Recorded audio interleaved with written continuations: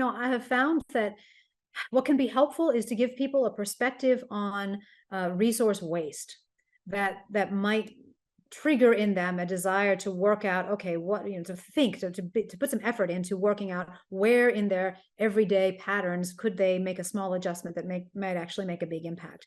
So resource waste is usually in the form of time.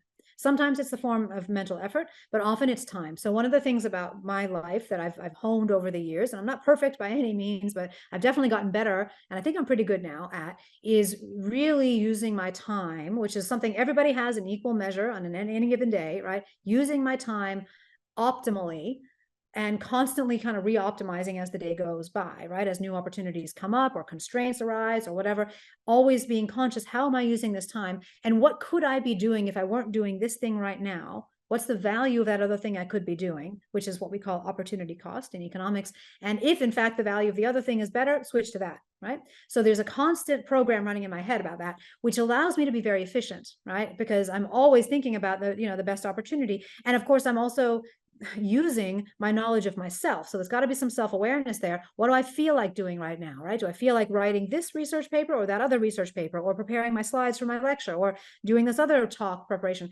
There's a lot of things I could do in any moment. What do I feel most like? Because what you feel most like is what you're going to be best at, right? So there's this constant optimization process. So if you look at somebody who has a bad habit, and you say, look, you're wasting a lot of time when you're doing that bad habit thing. Like it could be video game playing until 2 hours every night or something, or TikTok watching for 6 hours a day, or not basically just coming home and staring at social media feeds for an hour or whatever it is.